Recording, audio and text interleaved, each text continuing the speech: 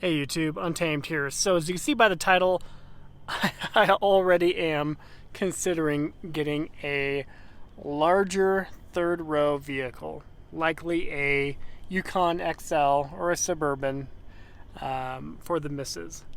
I will keep the Sequoia as it will still continue to be a good family hauler when it comes to actually getting the kiddos in here, but it is not working out when it comes to hauling the whole family places. If we're going to take them to the mall, even anywhere to take the kiddos where we would need to have additional luggage with us. If we need to have our stroller with us, we can't get it in the back of this, right? It's just, you've seen in my other videos, it's too small. The cargo space is not conducive for a family. So if anybody's in the market and they're considering a Sequoia, you got to be, I don't know, I would say if you have two kiddos, absolutely get a Sequoia, because, well, you can put your both your kiddos right here in the captain's chairs, but then fold down that third row. The third row, as you guys know, does not fold down completely into the ground, so it doesn't actually go into the ground of the vehicle.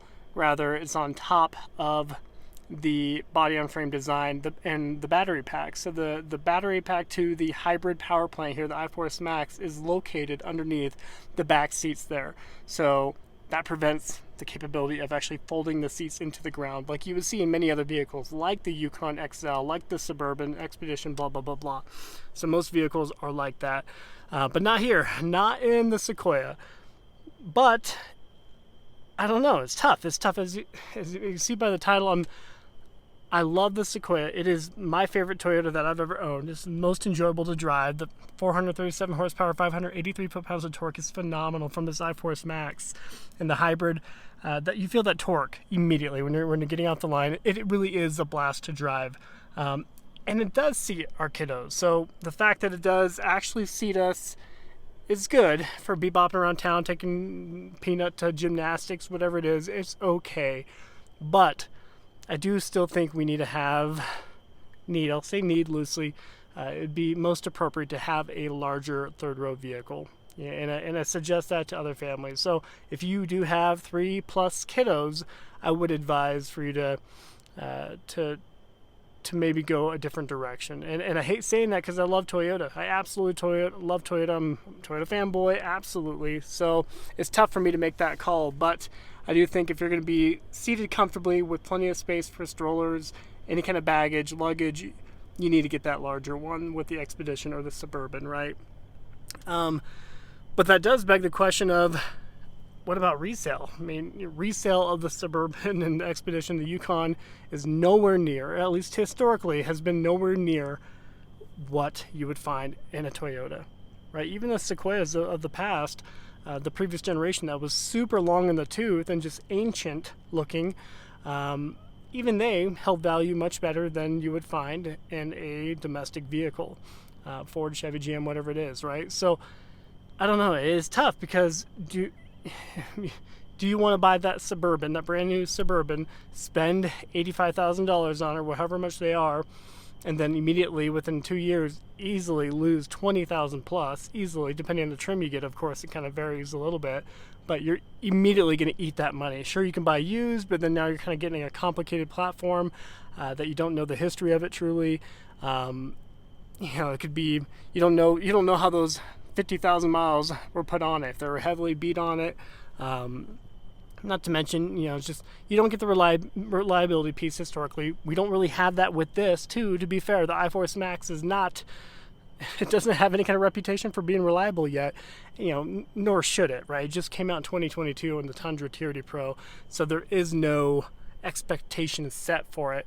It has some little bugs and kinks that Toyota's working out, and they're quick to work them out, unlike domestic manufacturers, typically speaking, right? They take a long time to work through the bugs and recalls and whatnot, and they're not so fast to own up to it, whereas Toyota absolutely does.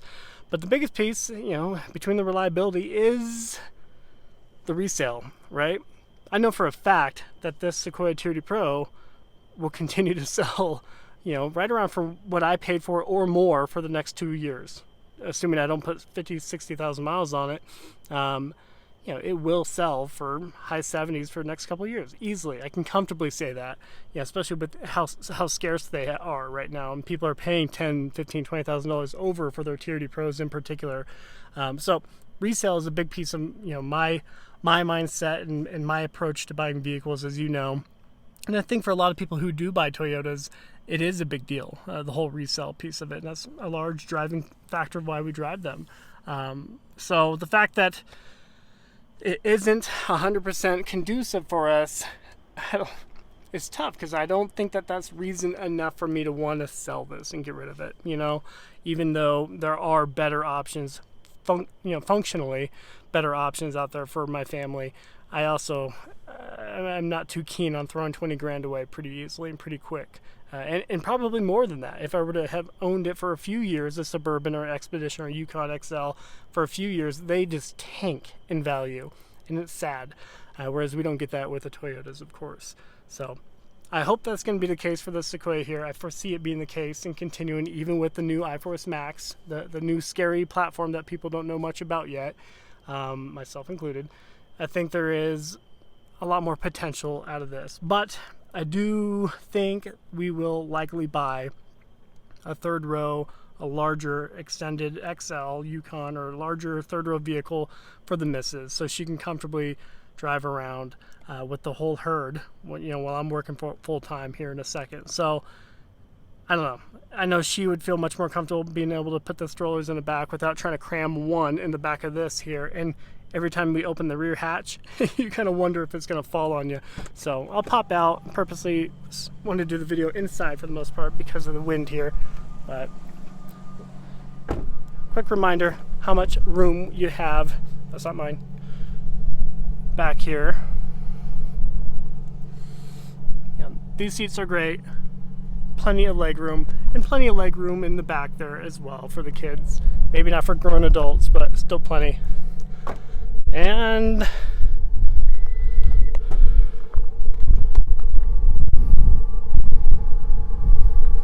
like this right here, we're nervous that it's going to fall out every time. I mean, depending on where we parked, if we're at an angle or whatnot, there's a good chance that this will fall out on us. So this is not conducive. I've already showed you guys in other videos.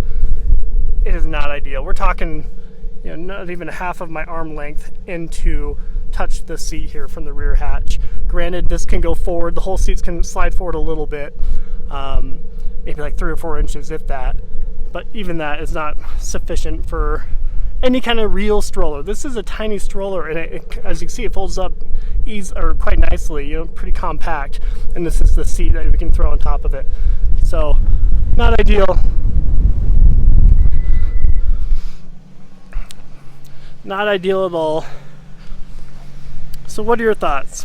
What would you do if you're in my position here? Would you continue to keep the Sequoia and just buy maybe a used Suburban or a used Expedition or whatever it is for the missus? That's kind of where I'm leaning right now. What would you do? Would you try to get a new one, or would you get a lightly used 2020 Suburban or something like that? So that's kind of what I'm thinking. Wanted to pitch that to you and kind of talk through my thoughts in this video. There's a Tundra. Let me know what your thoughts are. Appreciate you watching. Till next time.